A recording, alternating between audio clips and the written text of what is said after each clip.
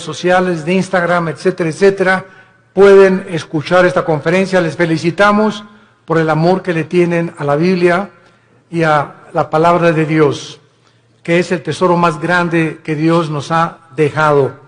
En el libro de Hebreos, capítulo 12, versículo del 5 al 11, vamos a tener un mensaje especial que titulé Disciplinas por la carnalidad. Ándale. Disciplinas por andar de carnal o por la carnalidad, que es una palabra que se usa en 1 Corintios 3, cuando Pablo les llama a los corintios, les hablé como a carnales y no, ¿verdad?, como a personas adultas en Cristo. Vamos a ver en este pasaje, versículos del 5 al 11, y habéis olvidado la exhortación que como a hijos se os dirige diciendo, hijo mío, no menosprecies la disciplina del Señor, ni desmayes cuando eres reprendido por Él, porque el Señor al que ama disciplina y azota a todo el que recibe por hijo. Si soportas la disciplina, Dios te trata como a hijos, porque ¿qué hijo es aquel a quien el Padre no disciplina? Pero si se os deja sin disciplina, de la cual todos han sido participantes, entonces sois bastardos y no hijos. Por otra parte, tuvimos a nuestros padres terrenales que nos disciplinaban y los venerábamos.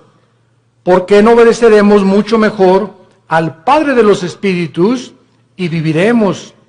Y aquellos, ciertamente por pocos días, nos disciplinaban como a ellos les parecía, pero para lo que nos es provechoso, para que participemos de su santidad.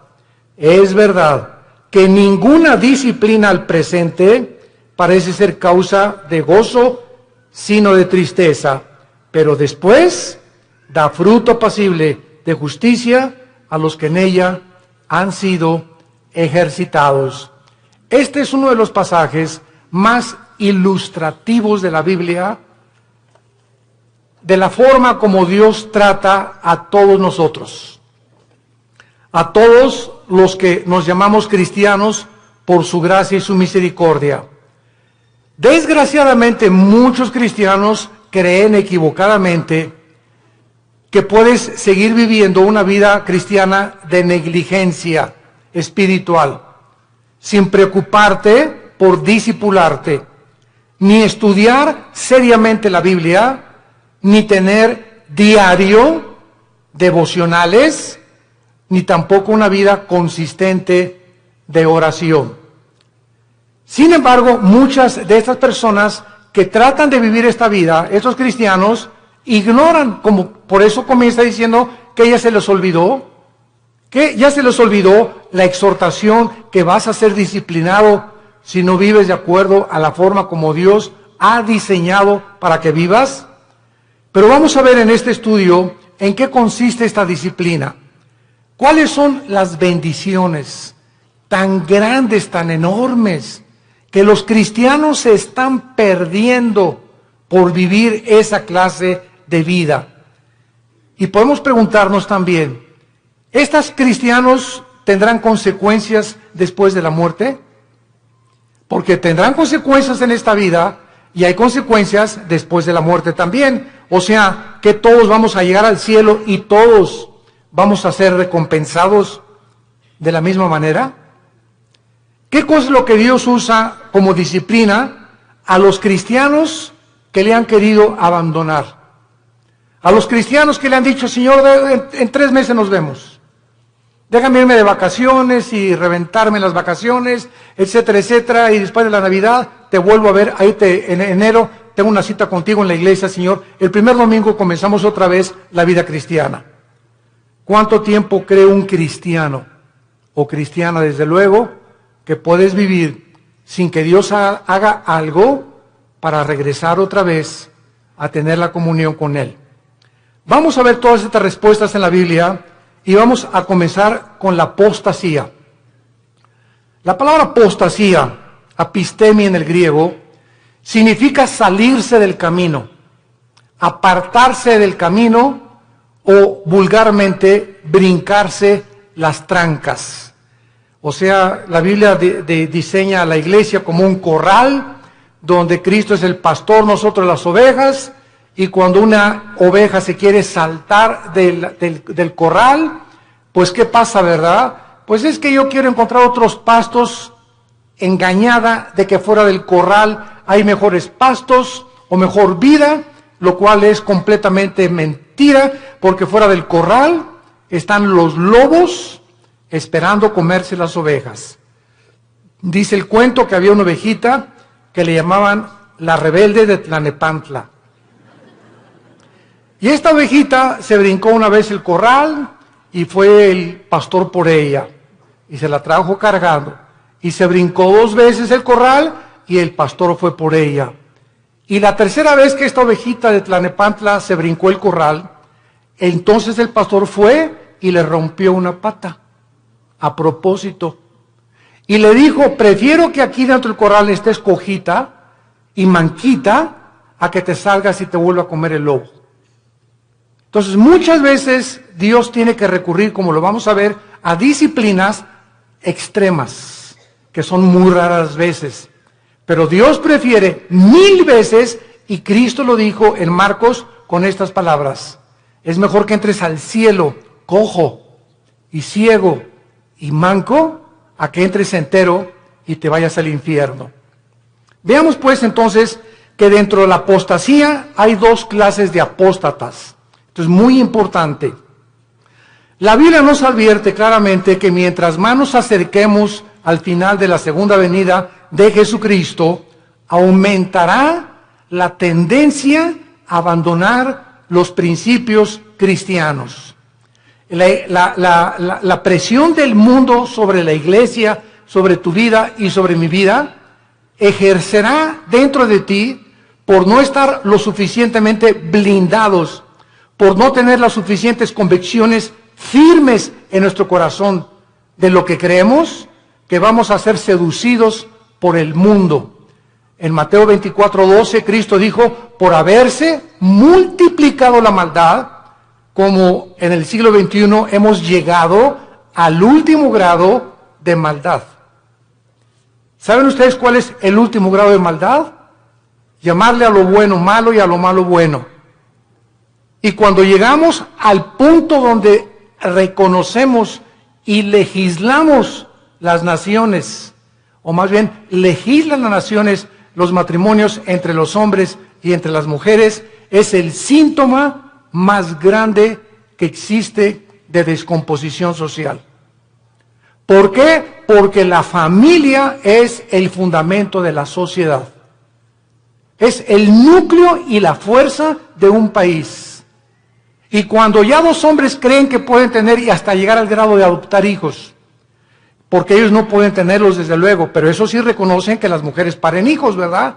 Y no podemos nosotros, pero vamos a buscar quien nos lo tenga por nosotros y lo vamos a adoptar. Entonces cuando llegamos a ese punto donde ya se está destruyendo psicológica, mental, emocional, sentimentalmente, las vidas de los niños, que son los que dijo Cristo, el que haga tropezar a un niño, más le vale que se amarre una piedra aquí en el cuello de molino y se eche al río y se ahogue con la piedra, porque dejad que los niños se acerquen a mí, porque de ellos es el reino de los cielos.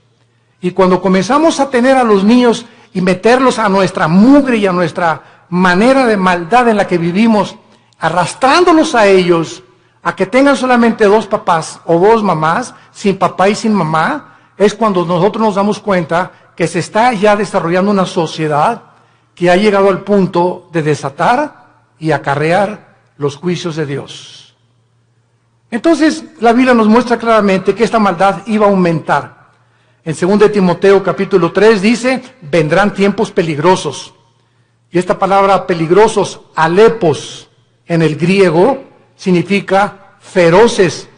Y solamente en todo el Nuevo Testamento se usa esta palabra, alepos, que se tradujo en 2 Timoteo, peligrosos, y en los evangelios se usa con los endemoniados.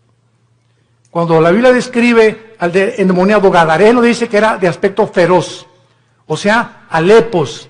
Y vemos cuando dice Pablo en 2 Timoteo 3, del 1 al 5, vendrán tiempos de que los demonios van a aumentar su ataque contra los seres humanos y habrá hombres amadores de sí mismos, intemperantes, orgullosos, sin afecto natural, con odio a los padres, sin respeto a la autoridad, etcétera, etcétera. Entonces la Biblia nos pinta un panorama que estamos ya entrando a ese lugar, a esa plataforma, a esta dimensión en la que el mundo va a ejercer más y más presión contra nosotros y muchos se van a apartar. Y esta palabra apostasía, como vimos, es salirse del camino, apartarse de la verdad o seguir otro curso revelado. Por ejemplo, en Hechos 5:37, hablando de un líder de una secta, dice que se los llevó en pos de sí.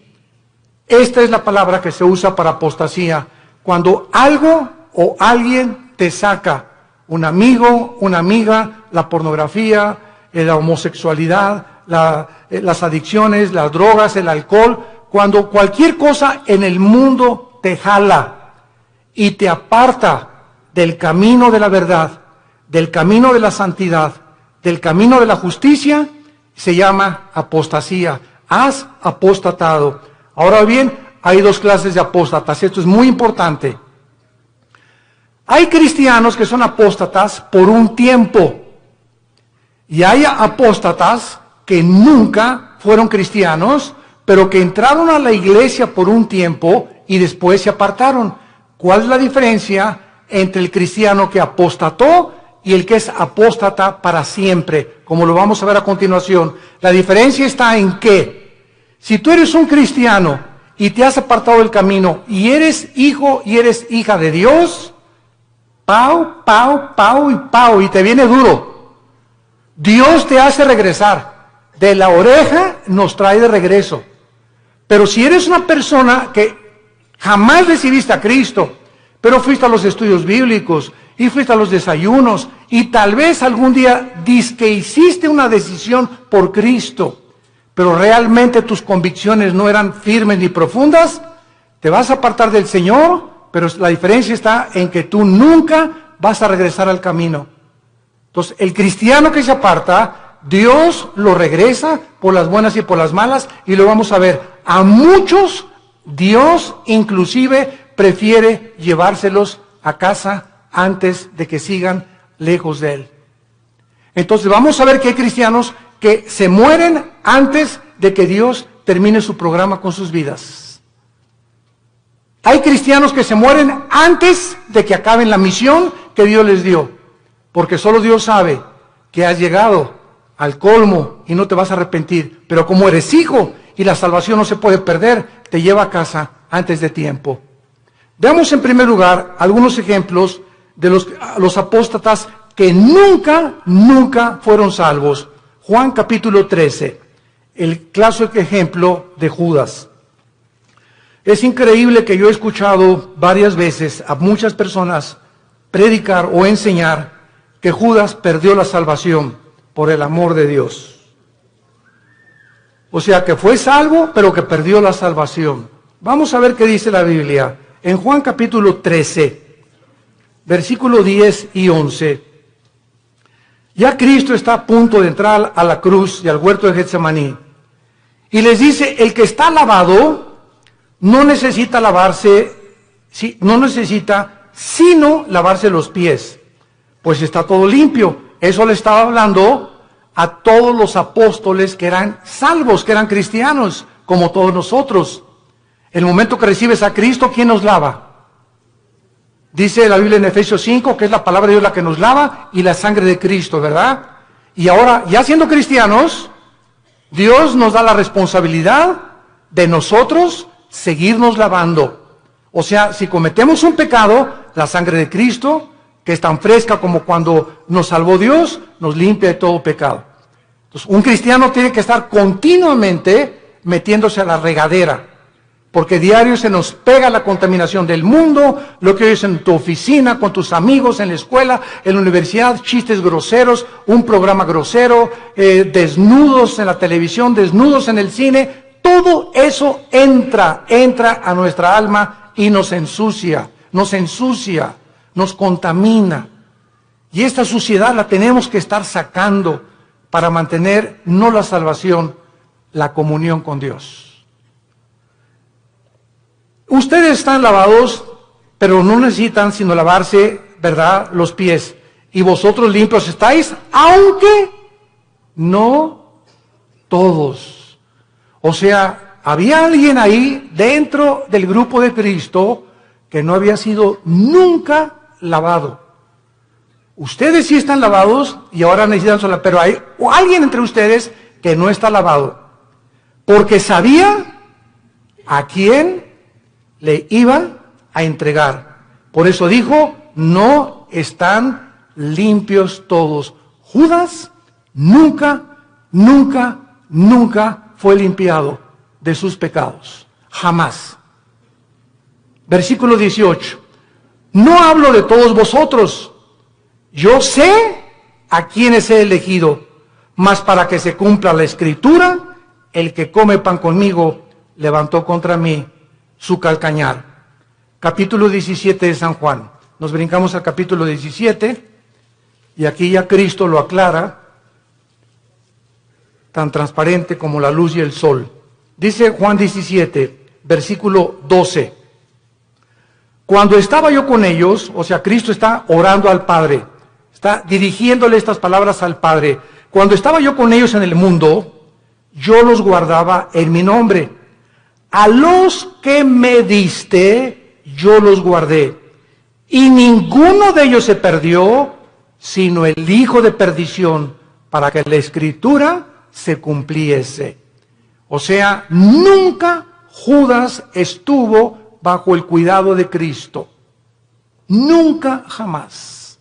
Los guardó de Satanás y los guardó del mal. Cuando vino Satanás a atacar a Pedro, ¿se acuerdan? Que le dijo Cristo, oye, Satanás ha pedido tu alma para zarandearte. Y Pedro, muy macho, no, yo no, me voy hasta la muerte contigo. Espérame, Pedro, el gallo va a cantar 3 veces y tú me vas a negar. Entonces, Pedro y Judas, los dos, traicionaron a Cristo. Los dos le volvieron la cara a Cristo, porque Pedro negó a Cristo 3 veces. ¿Y cuál fue la diferencia? Que cuando Pedro le negó, vean esto, cuando Pedro negó a Cristo, en ese momento Cristo se encontraba como a 10 metros de Pedro. Y cuando Cristo volteó a ver a Pedro, Cristo lo volteó a ver con los ojos moros. Ya había sido golpeado Cristo. Imagínense ustedes a Pedro, en el momento que canta el gallo, volver a Cristo, y Cristo con sus ojos moros, adolorido por los golpes que los soldados ya le habían dado, lo ve a Pedro diciéndole, ya ves, pero sabes una cosa, te sigo amando. ¿Y cuál fue la diferencia con Judas? Judas entregó a Cristo por 30 monedas de plata y sin embargo, cuando tuvo las monedas de plata, nunca creyó que Jesús era el Mesías, porque si hubiera creído, se hubiera arrepentido y le hubiera pedido perdón. ¿Qué hizo Judas? Agarró las 30 monedas de plata y las tiró. Y fue y se quitó la vida. Se suicidó. Se colgó de un árbol. Dice en Hechos capítulo 1 que se rompió, ¿verdad?, la rama del árbol y cayó de las piedras y todas se estripó completamente. Murió ahorcado y con todo el vientre abierto, comido por los gusanos. Así acabó Judas. Judas nunca, jamás fue salvado.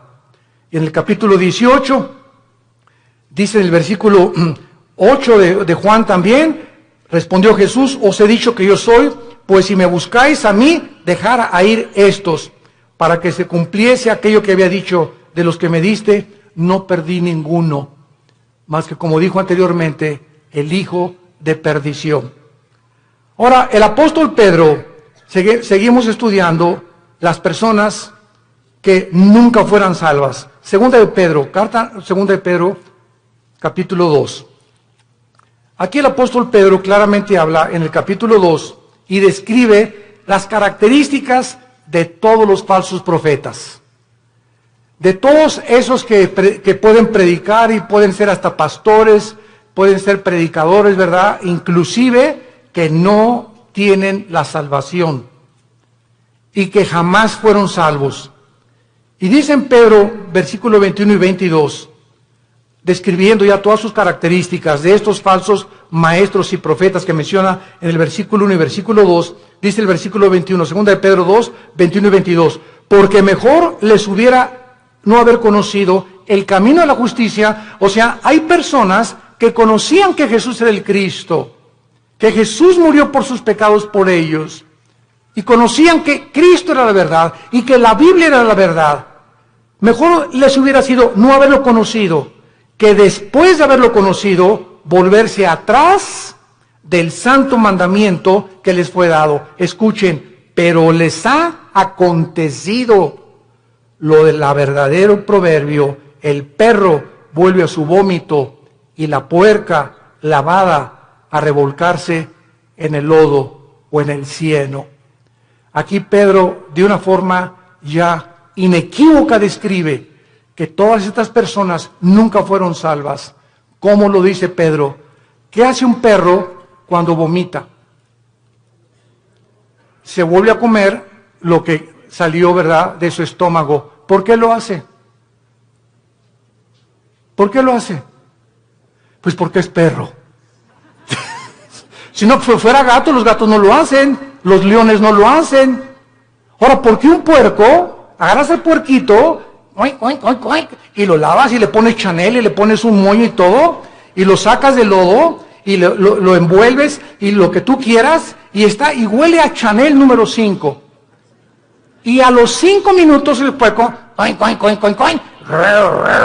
se revuelca en el lodo otra vez. ¿Por qué no duró nada bañado y champuceado y perfumado? Porque es puerco. Ahora, para que el perro ya no regrese a su vómito, ¿qué se necesita? Cambiar su naturaleza, dejar de ser perro. Para que el puerco no regrese al lodo, necesita ser otro tipo de naturaleza, tener la naturaleza de otro animal, porque los puercos, esa es su naturaleza, el lodo, y los perros el vómito. Aquí está hablando Pedro, que estas personas, su naturaleza nunca fue cambiada, porque si hubiera sido cambiada, no regresarían a hacer lo que hicieron antes de conocer a Cristo. ¿Me van siguiendo? Esta es la grande diferencia de las personas que nunca fueron salvas. En 1 Juan 2:19, el apóstol Juan dice, 1 Juan 2:19, salieron de nosotros. Oye, don Pancho, pero si tú ibas a la iglesia ahí en el Cine Apolo hace 15, 20 años, o te vimos aquí en la iglesia, te fuiste a los estudios conmigo, oye, tú estuviste en el LITI, tomaste todo el curso del LITI, compadre. Y ahora te estás divorciado, estás con otra señora, te has cometido adulterio, etcétera, etcétera. Y te contesta tu compadre, sí, ¿y qué? Chale. Ya en ese momento te das cuenta, ¿verdad?, que ya hay algo raro. A una persona que fue cristiana, pues sí, ¿verdad? Y me duele, ¿verdad? Y lo que tú quieras, pero estas personas salieron de nosotros, pero no eran de nosotros. Porque si hubieran sido de nosotros, dice 1 Juan 2:19, hubieran permanecido con nosotros. Salieron para que se manifestara que no todos los que vienen a la iglesia son y pertenecen al cuerpo de Cristo.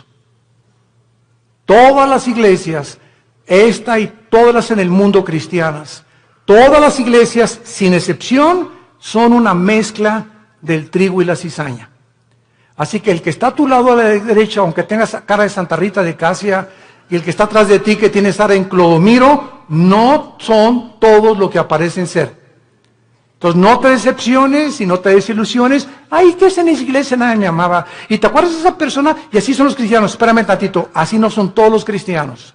Si un avión se cae con un piloto porque iba borracho, no significa que todos los pilotos de American Airlines son borrachos. Si un carro de carrera choca, no significa que todos son tan tontos como el que chocó. Entonces no puedes generalizar. Entonces tenemos que entender eso. La iglesia es una mezcla y no todos son lo que son. Hay un remanente en todas las iglesias de verdaderos hijos e hijas de Dios.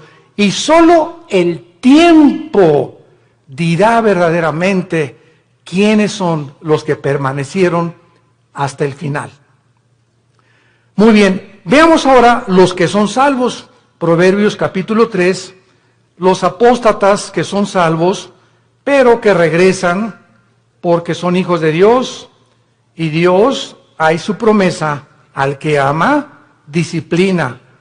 Y si no hay disciplina, es porque nunca fuiste hijo de Dios. Por eso sigues haciendo lo que te da la gana. Porque si fueras hijo de Dios o hijas de Dios, ¿desde cuándo Dios que ya te hubiera surtido? Y bien surtido. Pero sigues igual de hace 1 o 2 años, precisamente porque nunca has pertenecido a la familia de Dios. Dice en Proverbios 3, versículo 11 y 12, no menosprecies, hijo mío, le está hablando a sus hijos, el castigo de Jehová, ni te fatigues de su corrección, porque Jehová al que ama castiga, como al padre a quien quiere. Vamos a ver que en el Antiguo Testamento los castigos eran diferentes de los castigos del Nuevo Testamento. Y Dios trataba de una forma a los cristianos, porque no eran cristianos, ¿verdad? Cristiano significa lleno del Espíritu. A las personas que formaban parte del pacto abrámico y a los que no formaban parte del pacto abrámico davídico-palestino. Entonces era muy diferente, lo vamos a ver más adelante. Veamos ahora en Lucas 15, ¿se acuerdan del hijo pródigo? Bueno, dice la Biblia, un padre tenía 2 hijos, todo el mundo conoce esta historia del 11 en adelante. Y de repente uno de los hijos le dice, oye viejo, dame toda la herencia, échame mis centavitos que me pertenecen. En el antiguo Oriente, un muchacho que hacía eso, quedaba desheredado. Porque era el peor pecado que pudiera hacer, dame el dinero. No era hasta que el padre se moría que podía dar la herencia. Pero este muchacho ya quería quemarse la herencia. Y le dice al padre, dame mi herencia. Y el padre respeta su libre albedrío. Respeta su decisión. Aquí está, hijo, tu herencia. Y el hijo se fue, como todos sabemos en la historia, y desperdició sus bienes y a las discos, en chavas, en por acá, en bailongos, etcétera, etcétera, y que el cha-cha-cha, y que el twist, y que por acá. Y entonces se acabó el dinero y comenzó a buscar trabajo y no encontró trabajo. Había ya deteriorado su salud y encontró trabajo alimentando puercos. Alimentando puercos. Y entonces fíjense ustedes, estando el hijo pródigo en la condición en la que se encontraba, alimentando puercos, de repente algo pasó en su vida. ¡Pum! Algo lo hizo despertar y ver la realidad de lo que él había hecho. Y no en todos, a muchos Dios los deja. Pero como era hijo, tuvo que despertar la realidad. Y entonces dijo, ¿cuántos hombres en la casa de mi padre que no son sus hijos? Yo era su hijo. Los obreros de mi padre tienen cama, tienen comida, buena comida. Y yo que soy hijo, estoy alimentando puercos. Esto haré. Ahí está la conciencia que no todos tienen. ¿Por qué la tuvo él? Porque era hijo. Esto haré. Regresaré e iré con mi padre y le pediré perdón. Y le diré, padre, no vengo a nada. Vengo a que me hagas hasta atrás y no quiero ni siquiera que tener los privilegios que tienen tus hijos. Hazme como un obrero como todos los demás. Y el padre no estaba con un bate de béisbol esperándolo, ni con un garrote. El padre se retrata en la Biblia, en este pasaje, que siempre todos los días, con sus brazos abiertos, mirando al horizonte, siempre esperando y sabiendo que como era su hijo, tenía que regresar algún día. Y Dios sabe que nosotros, cuando nos alejamos de Él, siempre nos está esperando a que regresemos. Que le pidamos perdón, porque nos ama, está enamorado de nosotros. Dios está enamorado de nosotros. No te imaginas cuánto te ama Dios. Que dio a su Hijo. A su Hijo lo dio por ti y por mí, para que tú y yo jamás nos alejemos ya de Él. Y cuando nos alejamos, Él prefiere 1000 veces dejarte cojo, manco, hacer algo para que regreses, porque eres su hijo. Y nunca, nunca, nunca nadie nos podrá separar de Él. Nadie, porque somos sus hijos. Y el padre gritó: traigan el mejor becerro y vamos a hacer una fiesta, y traigan un anillo y pónganselo en el dedo, y traigan las mejores ropas, que significa la justicia de Cristo.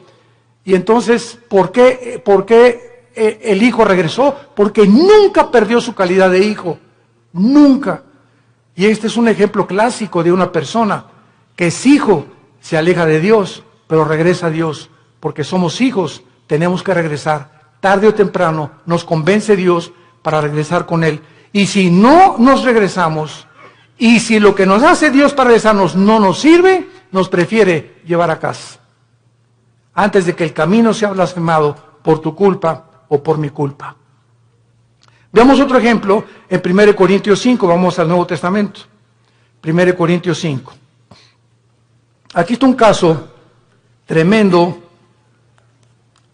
de un muchacho que pues no era como nosotros, ¿verdad? Nosotros tenemos la Biblia completa. La iglesia de Corinto era la iglesia más carnal de todas las iglesias del Nuevo Testamento, pero eso sí, tenían todos los dones, pero eran carnales. Dice 1 Corintios 5, de cierto se oye, dice Pablo escribiéndoles, que hay entre ustedes fornicación. O sea, me han llegado noticias de que en la iglesia hay inmoralidad. Y tal inmoralidad o tal fornicación, cual ni aún se nombra entre los gentiles, o sea, ni en las personas del mundo, tanto que alguno tiene la mujer de su padre. O sea, había un miembro en la iglesia de Corinto que estaba teniendo relaciones con su madrastra, con la mujer de su papá. Y dice Pablo, y ustedes, les habla a los líderes, están envanecidos. ¿No debieran más bien haberse lamentado para que fuera quitado de en medio de vosotros el que cometió tal acción? O sea, Pablo dice, oigan, ¿por qué no han reaccionado? Ustedes están conscientes que este muchacho está teniendo relaciones con su madrastra y lo dejan seguir asistiendo a la iglesia. ¿Y qué lo debemos de correr? Pues traerlo para enfrente, ¿verdad? Y enfrentarlo con su situación. Ahora tenemos la Biblia y nos damos cuenta que los líderes, cuando sabemos que alguien viene pecado, la iglesia es un hospital y te vamos a ayudar. Pero cuando sabemos que alguien insiste y sabemos que alguien, por ejemplo, si una señora me dice, mi esposo tiene ya 6 meses que es adúltero, hermano, pastor, y ya hablamos nosotros con el esposo, los pastores, y ya le dijimos, mira, estás viviendo el pecado, y sabemos que sigue en adulterio, la disciplina de Dios es decirle a esa persona, tú no puedes entrar a la iglesia, porque puedes entrar porque es un hospital, si colaboras con el doctor para que te cure. Pero ¿de qué te sirve ir al hospital? A que te pongan benditas y que te pongan curitas, y saliendo del hospital te las arrancas y te las quitas. Y regresas con el doctor, oiga, ya le he puesto 3 curitas, pues es que no me gustan, entonces ¿para qué vienes conmigo? Si no quieres que te cure, ¿para qué vienes al hospital?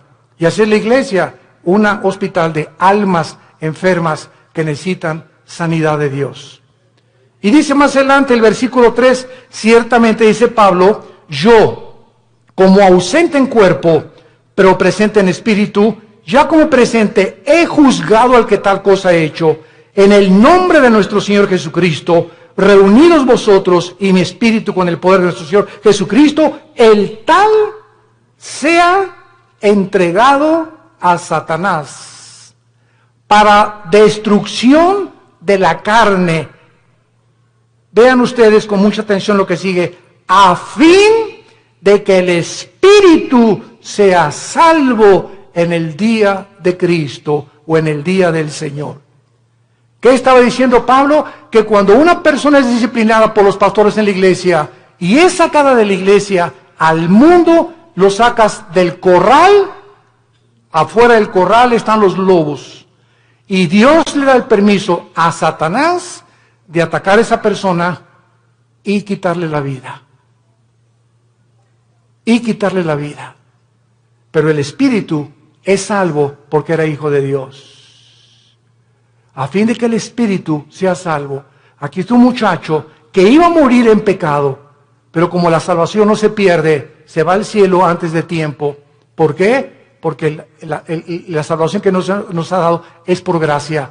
Para que nosotros seamos salvos y entendamos esto, no puede haber ninguna obra buena antes de la salvación, ni ninguna obra buena después de la salvación, para que nosotros seamos mantenidos siendo salvos.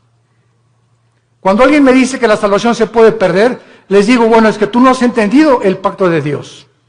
Antes de Cristo, ¿cómo fuiste salvado? ¿Qué hiciste para ser salvo? Nada, no hizo nada, y Dios te salvó. Bueno, ya eres salvo. Y ahora me dices que ahora me tengo que hacer buenas obras para mantener mi salvación. No, de ninguna manera.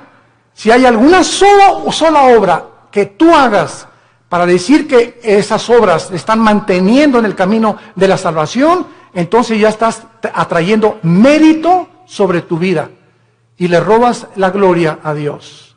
Las buenas obras que hacemos después de que somos salvos no son para mantener la salvación, son como el fruto de nuestra santificación. Efesios 2:10, porque para buenas obras hemos sido llamados, las cuales preparó Dios de antemano para que anduviéramos en ellas. Entonces, las buenas obras que yo hago después de Jesucristo implican y dan testimonio que soy hijo de Dios, pero no hago buenas obras, ni me porto bien para decirme, Señor, ya pequé, ya perdí la salvación, ya perdí el nuevo nacimiento, mañana nazco de nuevo, ¿verdad? O ya pequé, el Espíritu Santo ya me selló, pero ya se fue porque ya perdí la salvación, pero el año que entra que regrese a ti, me vuelves a sellar, ¿verdad? Imagínense ustedes este estado tan absurdo espiritual de una persona.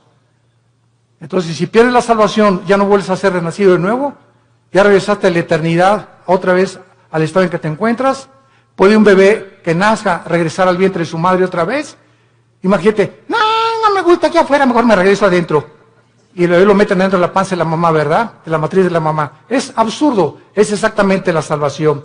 Veamos otro ejemplo en Santiago capítulo 5, de personas que son cristianas, pero pecaron, pero están en peligro muy grave de ser disciplinados por Dios. Santiago 5, versículo 19 y 20. Hermanos, ¿a quién le está hablando? A hermanos, a cristianos. Si alguno entre vosotros, o sea, entre los hermanos, se ha extraviado, o sea, se ha salido del camino, o ha apostatado de la verdad, y alguno le hace volver, sepa que el que haga volver al pecador del error de su camino, salvará ¿de qué? De muerte un alma y cubrirá multitud de pecados. Esto es lo que vamos a ver en 1 Juan 5, lo vamos a ver, esto es lo que se llama el pecado de muerte de un cristiano. Si tú ves que tu hermana o tu hermano anda por ahí afuera y nadie sabe más que es cristiano, pero tú vas, oye Jorge, ya no sigas así, hombre, ya no te la sigas tronando, ya no sigas acostándote con tu novia, Dios te va a disciplinar.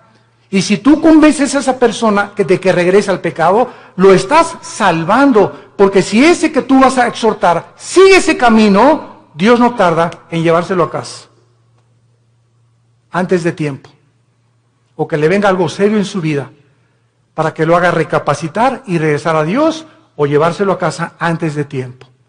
Si tú ves a alguno entre los hermanos que tiene una vida licenciosa y que se dice cristiano, y tú logras convencerlo y orar con él, o comenzar a orar por él y traerlo al camino otra vez, lo estás salvando de que Dios se lo lleve antes de tiempo a su casa. Ahora veamos otro ejemplo también de estas personas en 1 Juan capítulo 5. Antes del Apocalipsis está 1 Juan y dice así.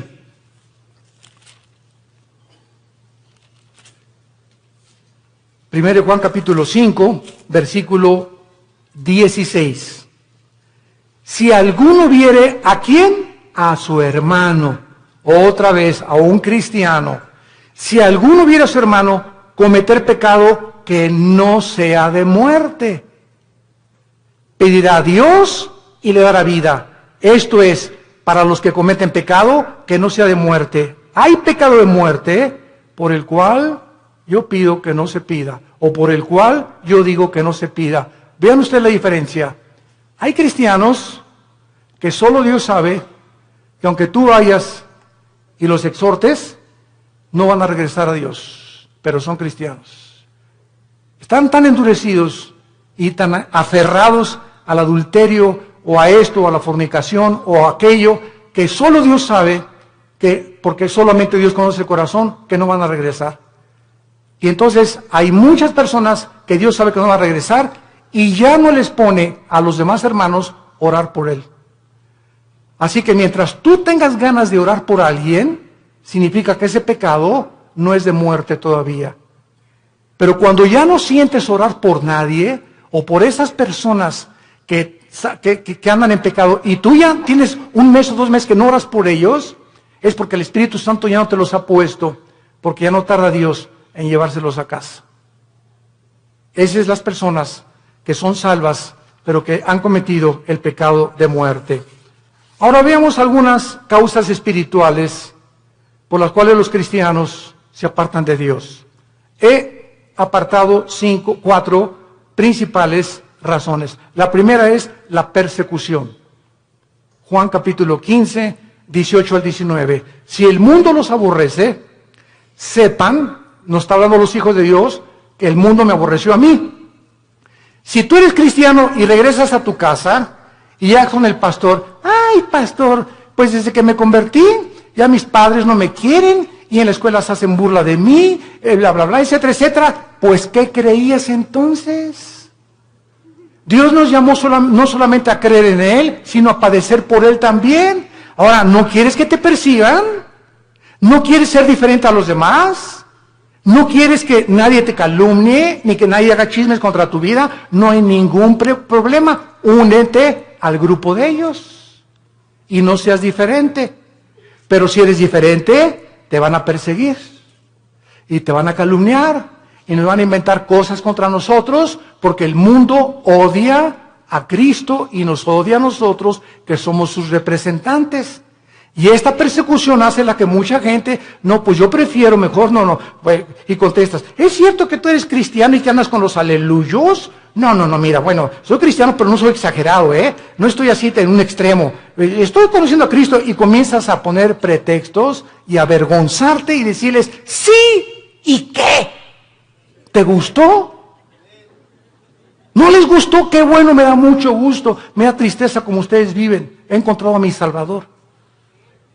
¿Por qué nos habíamos de avergonzar de aquel que en la cruz dio su vida desnudo por nosotros? Él no se avergonzó por nosotros. ¿Y tú te avergüenzas de Él porque tu familia te persigue? ¿Porque eres diferente a tu familia? Entonces, esta persecución hace que muchos se alejen del Señor. Número 2, la negligencia de la palabra de Dios. Hebreos capítulo 2. Ya la Biblia no la lees desde hace 2, 3 semanas. Ya la lees allá nomás el domingo. Ya no tienes un devocional diario con el Señor. Y dice Hebreos 2. Por tanto, es necesario que con más diligencia atendamos las cosas que hemos oído. No sea que nos deslicemos. Porque si la palabra dicha por medio de los ángeles fue firme, y toda transgresión y desobediencia recibió justa retribución, ¿cómo escaparemos nosotros si descuidamos una salvación tan grande, la cual, habiendo sido anunciada primeramente por el Señor, nos fue confirmada por los que lo oyeron? Esta frase, ¿cómo escaparemos nosotros si descuidamos la salvación? Muchos la han atribuido a que sí se pierde la salvación. Nos está hablando Dios, ¿cómo escaparemos de su disciplina? Lee también Hebreos 12. Al que ama Dios disciplina, y si no hay disciplina no eres hijo, eres bastardo. Entonces, ¿cómo escaparemos? ¿Cómo crees que te va a escapar de Dios habiendo sido cristiano ya? Si tú descuidas tu vida devocional con Dios. Número 3, la amargura. Hebreos 12:15. La amargura es otra causa de alejarse de Dios.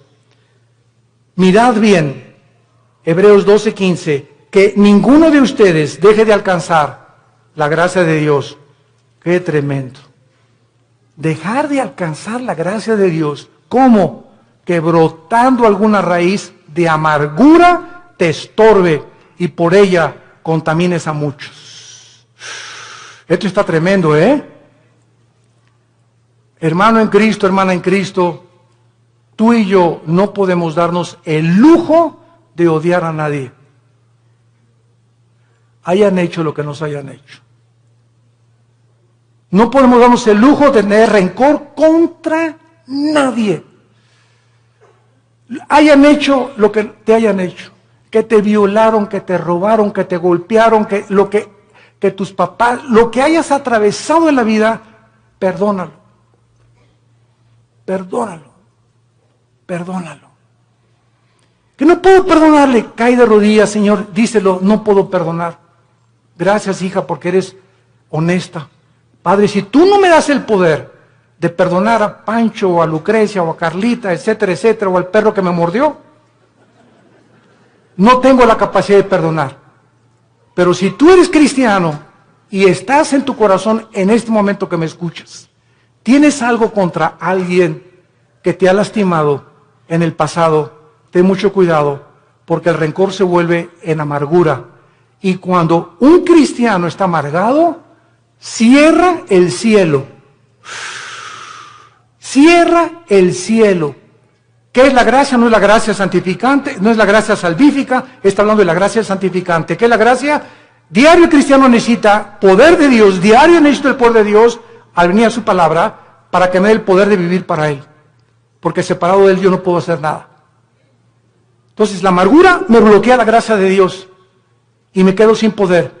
Me quedo en mi propio poder, en mi propia carne, porque algo está bloqueando que Dios me ayude y me saque del pozo de la desesperación, de la red en que he caído, de la trampa que te pusieron. ¿Qué cosa es? La amargura. Es el más grande veneno en la vida de un cristiano. Y número 4, el amor al dinero. Primera de Timoteo 6, versículo 10. Porque raíz de todos los males no es el dinero, es el amor al dinero. Gracias a Dios por las familias ricas y los millonarios, porque la obra de Dios tiene que sostenerse. Si no hay dinero, no hay misioneros. Si no hay dinero, no hay construcciones. Si no hay dinero, no hay televisión. Si no hay dinero, no hay viajes. El dinero no es malo.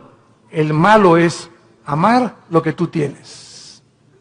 Cuando tú amas más lo que tú tienes, que la obra de Dios te va a hacer que te alejes de Dios. Dijo Cristo en Marcos, hablando de la parábola del sembrador, pero muchos, el afán del mundo y de las riquezas, entran y ahogan la palabra y nunca das fruto. Estas son las razones por las cuales tú puedes alejarte de Dios. Ahora veamos rápidamente en 2 Samuel 7 las consecuencias que sufrieron en el Antiguo Testamento los que eran y pertenecían al pueblo de Dios. O sea, los que tenían garantizada ya la salvación. De forma diferente a la de nosotros, porque no tenían el bautismo del Espíritu Santo, pero la forma en que eran de Dios. 2 Samuel capítulo 7, veamos la disciplina de Salomón. La Biblia menciona 3 consecuencias principales del pecado en un cristiano. Número 1, la disciplina. 2, la muerte, que ya lo vimos. Y 3, la pérdida de recompensas en la otra vida. En otras palabras, si tú te mueres siendo cristiano en pecado, o en un pecado, porque pues quién se va a morir sin pecado, ¿verdad? El único sin pecado ha sido Jesucristo. Si yo me muero, estás ahí en el hospital, y ya te da el síntoma, y una enfermera guapa y le haces, ¿qué tal, enfermerita? Ya le echaste ojitos, ¿verdad? Y ¡pum! Te mueres, te llevaste ese pensamiento al otro laredo, ¿verdad? O sea, no moriste santito, sin haber roto un plato. O haz de cuenta que también estás en el hospital ahorita, o sales a la carretera y chocas ahí en la carretera, y la mañana te peleaste con tu esposa, te moriste en pecado. ¿No es cierto? ¿Y vas a perder la salvación? No, no lo vamos a perder. Pero en la otra vida perdemos las recompensas. Que no se imaginan qué grandes recompensas hay, porque no todos los cristianos en la otra vida vamos a gobernar con Cristo. Solo los vencedores. Y lo vamos a ver más adelante. para terminar. En 2 Samuel 7, 14 y 15, se le está dando las instrucciones a David y le dice: yo le seré el padre y él me será mi hijo. Si hiciere mal, o sea, si se aparta de mí, le castigaré con vara de hombres y con azotes de hijos de hombres, pero mi misericordia no se apartará de él, como la aparté de Saúl, al cual quité delante de ti. ¿Cuál fue la diferencia entre la descendencia de David y el rey Saúl? ¿Cuál fue la diferencia entre Pedro y entre Judas? En que aunque nosotros nos portemos mal, y aunque nosotros intentemos alejarnos de Dios, si somos hijos e hijas de Dios, su misericordia es más alta que los cielos. Y Dios va a hacer algo para que regreses y para que yo regrese a la comunión con Él. Y va a ser disciplina. La palabra disciplina es interesante porque viene de la palabra paideo, viene de la palabra pedagogo, que significa el que forma el carácter o el maestro. Entonces, ¿se acuerdan de nuestro pasaje en Hebreos 12? Dios al que ama disciplina, al que ama le forma el carácter a través de pao, y castiga también con azotes. O sea, Dios usa la Biblia para formar nuestro carácter, y si somos tercos, pao. Azota al que recibe por hijo, y la palabra azotar en el griego es castigo físico. Algo va a tener que usar Dios, como lo que dice en uno de los salmos: no sean como los caballos, como los mulos, que el caballo tiene que meterle aquí un freno. El freno es un fierro con un puente, y cuando se le mete al caballo el freno y le jalan las riendas, el puente se le encaja en el paladar al caballo, y el caballo, cuando asocia el dolor, se para y le obedece al jinete. Si no se le aplica dolor al caballo, el caballo se desboca y sigue corriendo. ¿Y qué nos dice Dios? Necesito aplicarte dolor para que regreses a mí. ¿Quieres que te trate como a los caballos? ¿Como a los animales? Tú dime. Pero ¿sabes una cosa? Nunca quitaré mis ojos de ti. Te haré entender, por las buenas o por las malas, el camino en que debes andar. Sobre ti pondré mis ojos. Salmo 32. Y vemos finalmente en la vida de David, en 2 de Samuel, capítulo 12. ¿Qué fue lo que pasó con Samuel? Cuando Samuel, ¿se acuerdan ustedes lo que hizo David? ¿Qué hizo David? ¿Perdón? Pecó. Mató a un soldado para quedarse con su esposa, el angelito. O sea, David era culpable de crimen y David era culpable de adulterio. Y se le llama, Dios mío santo, Jesús, María y José, el burrito que los acompaña. Se le llama el varón conforme al corazón de Dios. ¿Cuántas veces en mi mente dieron tantas vueltas? El varón conforme a tu corazón, pa' su mecha, dije yo. Dios mío santo, pues entonces yo soy el santo de los santos. Y entonces, cuando creces en Cristo, comienzas a entender lo siguiente, ¿verdad? Él fue culpable de crimen y de adulterio. Pero viene Cristo en Mateo 5 y dice lo siguiente: cualquiera de ustedes que ve a una mujer, no necesitas acostarte con ella. Si tú deseas en tus ojos y en tu corazón a una mujer acostarte con ella, aunque no lo hagas físicamente, tú eres ante los ojos de Dios adúltero. Ahora, nadie aquí puede decir que nunca ha visto a una mujer para desear estar con ella. No me digas porque ni San Jacobo lo pudo hacer. No seas mustio. Todos en alguna época de nuestra vida le hemos fallado a Dios. Y el que no le ha fallado a Dios, que levante la mano. Porque te llamaría el querubín de Tlanepantla. Entonces, no juzgues a David.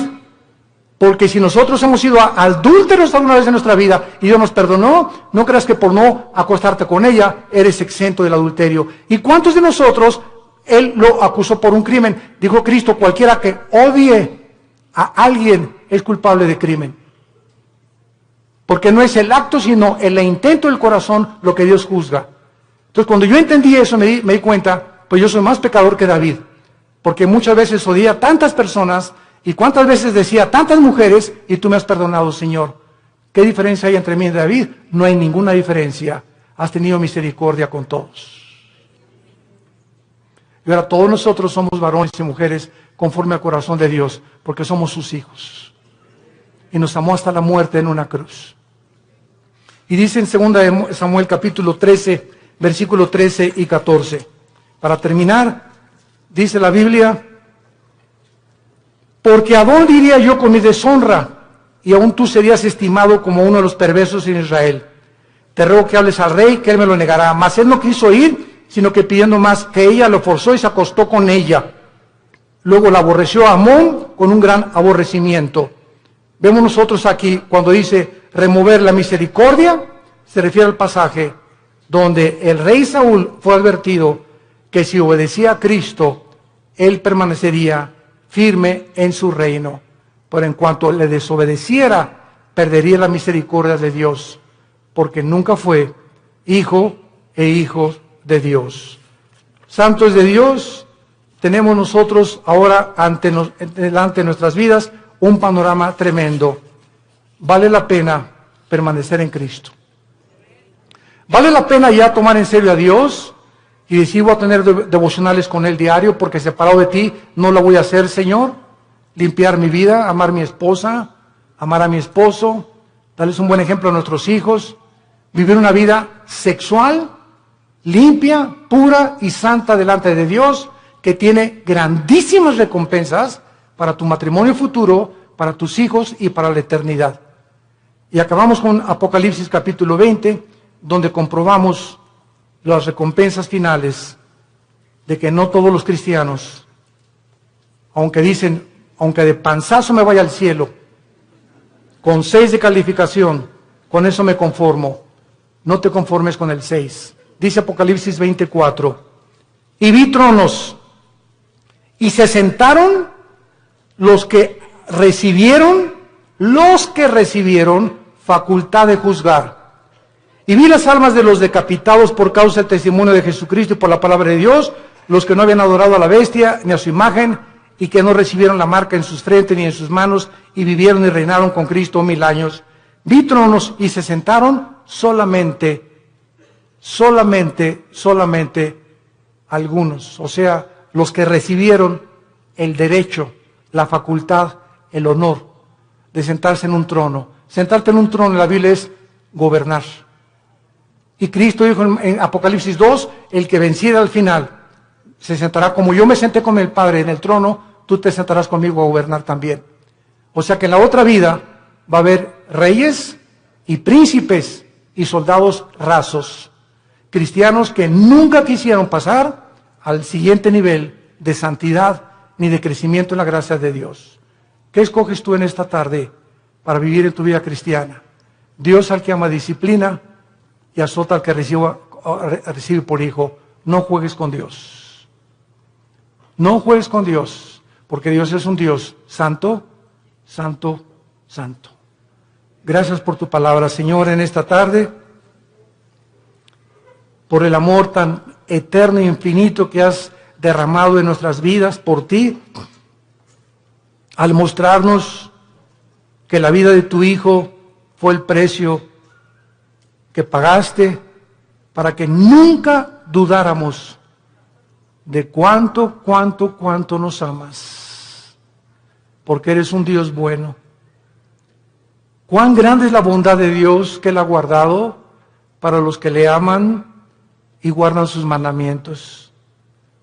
Confié en el Señor y Él me ayudó y me libró de mis angustias y me puso sobre la roca y de la vergüenza de mis enemigos y de la vergüenza y el oprobio de mis perseguidores. Diré yo a Jehová, esperanza mía, castillo mío, mi Dios, en quien confiaré. Castillo mío, mi roca. Torre fuerte es el nombre de Jehová. A él correrá el justo y seremos levantados. Dios en esta tarde te está hablando, tú que has alejado tu camino de Él. Ustedes que nos ven por la televisión y por los medios de las redes sociales, si tú has escuchado este mensaje y sabes que Dios te está diciendo, regresa mi hijo mío, regresa hija mía, te estoy esperando desde hace muchos meses o años.